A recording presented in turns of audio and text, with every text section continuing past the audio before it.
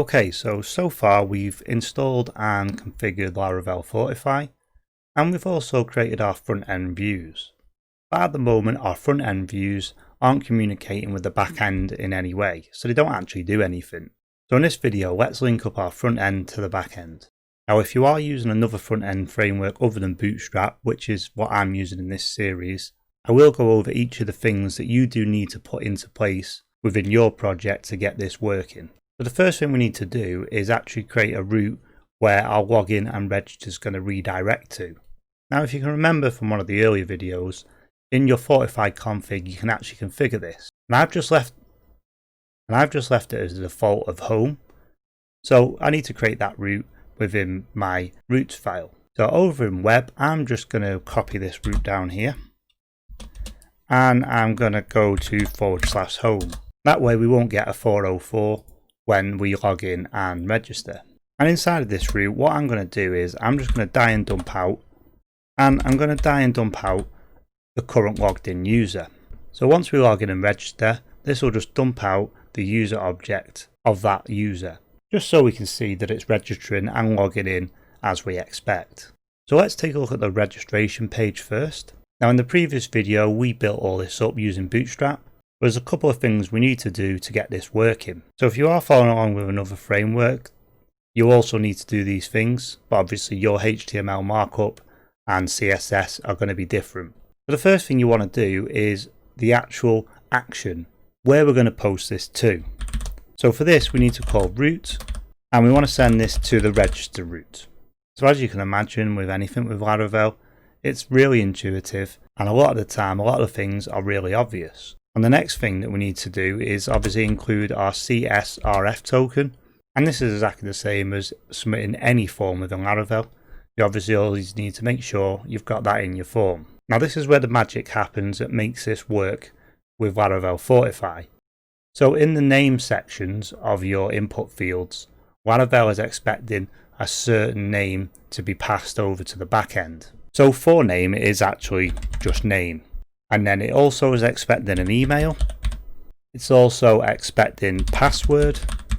And then finally, it's also expecting password underscore confirmation. Now you need them 4 fields with them names exactly. Otherwise, the registration process won't work with Laravel Fortify. Now Laravel Fortify also passes back validation errors. And we can see what them validation rules are if you head under app, actions, Fortify, and then create new user.php. And if you open this file up and you come down to the create method, you can see here it's running this validator. So the name is required, it's got to be a string, and it can't be any longer than 255 characters. So if you're used to Laravel and validators, then this is all pretty self-explanatory to you. And then once that's validated, it then goes ahead and creates the user. And this is where you can see why Laravel Fortify is expecting fields with certain names. Because it's using it here, it's using the input of name, email and password. So that's why it's important your registration form has those input fields with those names. So now we know what Laravel Fortify is doing when we send the request. We need to handle the validation errors if there are any. Because at the moment it's just going to redirect us back to the registration page and the end user is not going to know what's happened. So back over on my registration page, I can just print these errors out. And we can use the blade directive error to help us with this. So we're saying if there's an error for name, and then we'll end this error. And if there is, let's just print out the feedback. So I'm going to create a span tag here with a class of invalid feedback. And again, this is Bootstrap specific. So if you're using another framework, then obviously check the documentation for the styling for errors. I'm going to give this a role of alert. Then inside of this span tag, I'm going to create a strong tag. And then inside of there, I'm simply going to print out the validation message that gets sent back down to the view. Now we just need to do the same for the other fields. I'm just going to copy and paste this to speed it up. I'll copy the name down. I'm going to change that to obviously email for the email field. Then for password, obviously check for any password validation errors. So let's try this out now in the browser. So I'm just going to register a new user here now, and I'm going to deliberately not match the passwords, so we can check whether their validation errors are being sent down. And you can see here we get our validation errors back. So not only does the password not match, but also the email is already taken, because I've registered this email address before. So now we know our application is actually communicating with Laravel Fortify on the back end. So now we know for sure that our application is actually communicating with Laravel Fortify on the back end, and Laravel Fortify is actually sending us validation errors back down to our view. So this time I'm going to put in a slightly different email address that I haven't already registered with this application, and I'm going to put matching passwords. Now if all goes well, we should send this request off to Laravel Fortify. It should pass the validation, create the user, and then once our user is created, it'll redirect us back to our configured route, which in our case is the default of /home. So let's hit that register button, and you can see there we go, it's redirected us to the home page. And remember, we were doing a die and dump on the user object. So if we just open up this array, we can see here that it's registered our user with all of our details. So now we've actually registered the user and it's automatically logged us in and redirected to the home page. We haven't actually built a logout button yet, and we'll do that in a future video. But for now, let's just delete our cookies so it looks like we've not logged in. So on your browser, press S12 for the developer console. Now I'm on Google Chrome, so this might be slightly different if you're using a different browser. But just find your cookies under Chrome, it's under application and then cookies, and then you can just clear that. And if we do a refresh, we can see our user object is now null, so that means we're logged out. So we can head over to the login page. Now all we need to do is actually wire up our login page to the Laravel Fortify backend. So over in our login view, we need to just do pretty much the same that we did in register. So in the action, we're going to call root again, and this time we're going to go to login. And again, we need our CSRF token. So now on the login page, the input, you need to give a name of email. And this is the Laravel Fortify default for when you're logging in and registering a user. It uses their email address as the login. Now, if you can remember back to when we first configured Laravel Fortify, this is actually configurable. So if you wanted to create an extra column on the user table called like username and log in against that, then you need to set that up in Fortify. And if you remember, I showed you this in one of the previous videos. The username is currently set to email, which is the default. So you'd have to set that there. And then on your login file, you'd need to give the name the same as the config. But we've left this as the default. So the name is simply email.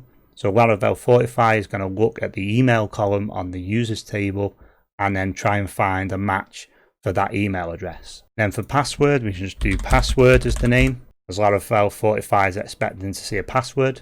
Then just like on our registration page, we need to fill in the errors. So I'm just going to copy this across from the registration page. So we got our password error and we'll show that out.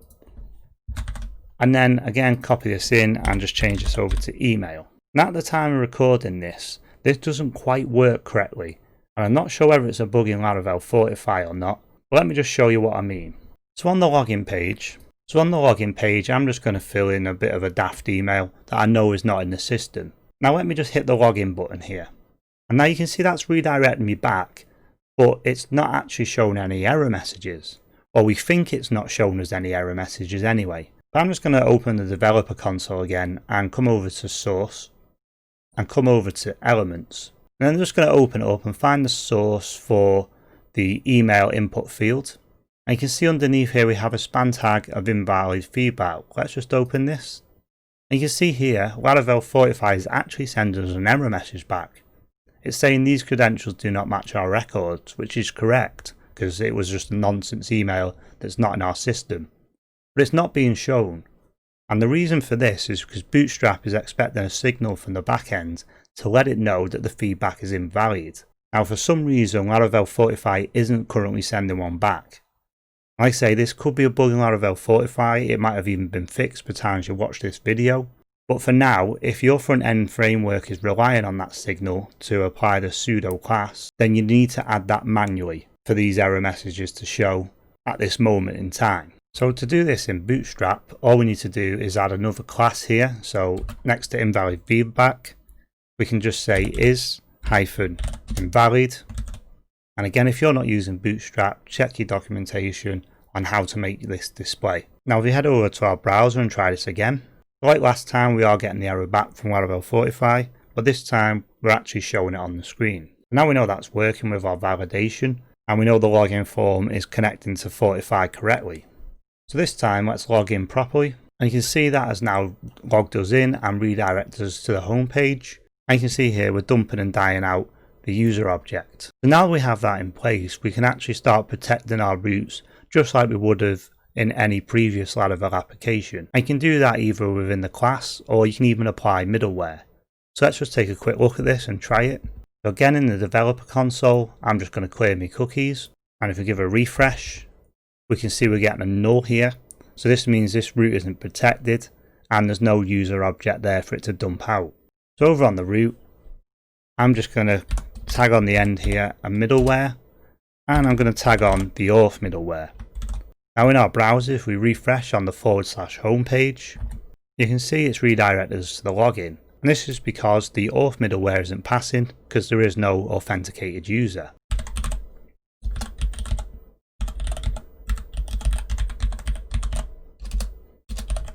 And if we log in again now, you can see we can now access our /home route because we have an authenticated logged in user.